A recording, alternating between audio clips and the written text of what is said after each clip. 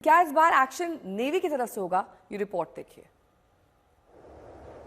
अमर्त्य वीर पुत्र हो, दृढ़ प्रतिज्ञ सोच लो, प्रशस्य पुण्य पंथ है। बढ़े चलो, बढ़े चलो, बढ़े चलो।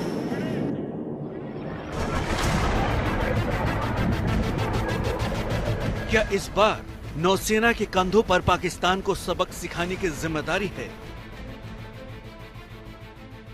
21वीं सदी के भारत का सैन्य सामर्थ्य भी अधिक सक्षम हो, आधुनिक हो, ये देश की प्राथमिकताओं में से एक है। जल हो, थल हो, नभ हो, डीप सी हो या फिर असीम अंतरिक्ष, हर जगह भारत अपने हितों को सुरक्षित कर रहा है। जिस वक्त सारा देश पाकिस्तान पर भारत के एक्शन का सांस रोककर इंतजार कर रहा है, तब अरब सागर का बाज पाकिस्तान को डरा रहा है।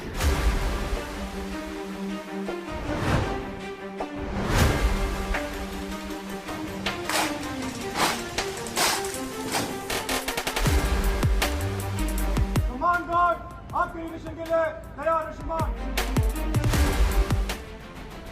जिस वक्त भारत पाकिस्तान के बीच तनाव से अरब सागर का तापमान बढ़ा हुआ है, ठीक उसी वक्त भारत और पाकिस्तान की नौसेना एक दूसरे के बेहद करीब युद्धाभ्यास कर रही है।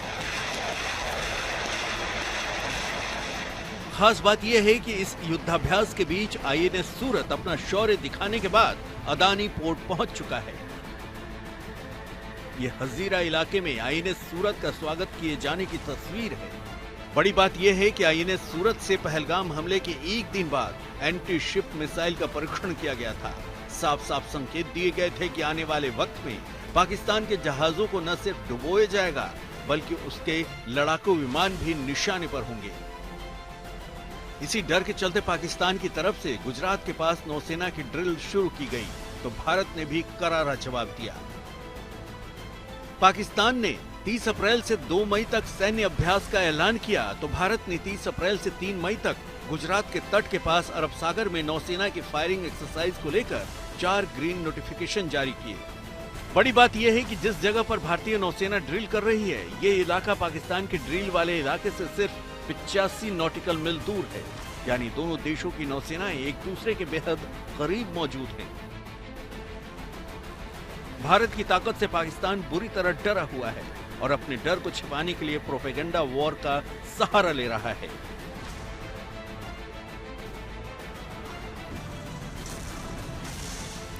वहीं भारतीय नौसेना का युद्धपोत आईएनएस सूरत मध्यम दूरी की सतह से हवा में मार करने वाली मिसाइल से अरब सागर में एक तेज कम ऊंचाई वाले लक्ष्य को भेद कर ये बता चुकी है कि अगर पाकिस्तान ने कुछ भी गड़बड़ की तो वो 1971 की तरह एक बार फिर कराची खो देगा।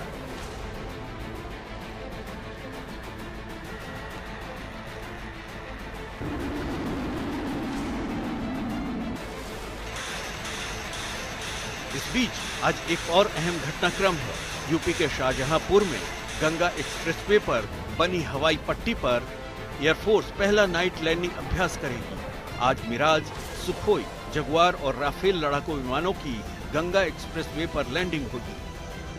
हालांकि इसका मौजूदा घटनाक्रम से कोई लेना देना नहीं है, लेकिन मौजूदा हालात में इसे भारत के शौर्य और सामर्थ्य प्रदर्शन कहना गलत नहीं होगा। आज तक ब्यूरो।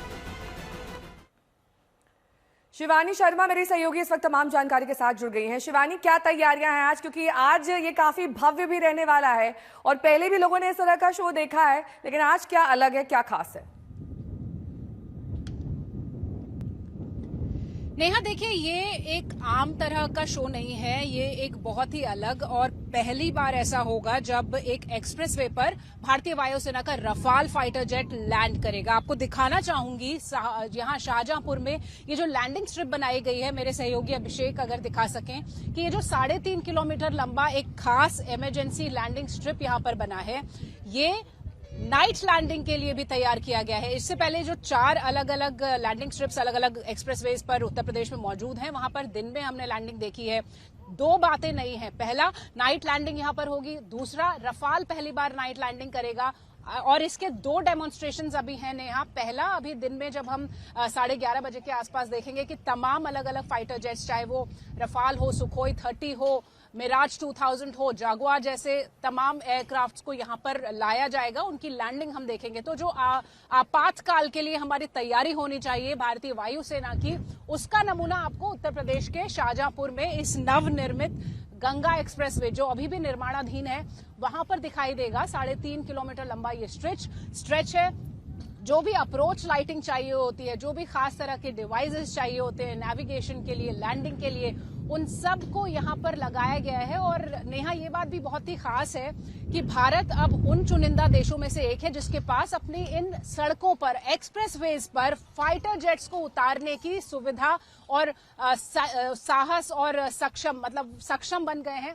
अब देखिए, ये जो पूरा स्ट्रेच है, यहाँ पर किस तरह का ये जो मटेरियल इस्तेमाल होता है, ये बहुत खास इसलिए होता है क्योंकि जो एयरक्राफ्ट होता है, फाइटर एयरक्राफ्ट, बहुत हैवी होता है। उसको सस्टेन करना, उसका वेट लेना, और जब वो तेज रफ्तार से उड़ता हुआ टचडाउन करता है, उस वक्त और भी ज्यादा जरूरी होता है कि ये जो खास मटेरियल है, जिसे खास तौर पर इंजीनियर किया गया है, वो डैमेज ना हो और एयरक्राफ्ट अपने पूरे ऑपरेशन को बखूबी अंजाम दे सके। तो नेहा, ये बहुत खास है और इसका नमूना हम अब से थोड़ी देर बाद देखेंगे जब ये लैंडिंग ऑपरेशन शुरू होंगे। पहला डेमोन्स्ट्रेशन दिन में है, दूसरा डेमोन्स्ट्रेशन शाम को 7 बजे से शुरू होगा।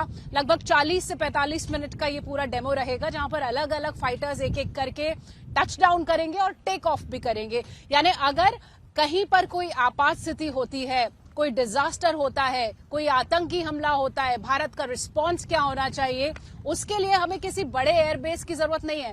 हम उत्तर प्रदेश के इन 4 एक्सप्रेसवेज को इस्तेमाल कर सकते हैं। बहुत बहुत यहाँ पर हमारे फाइटर्स। आपका शिवानी।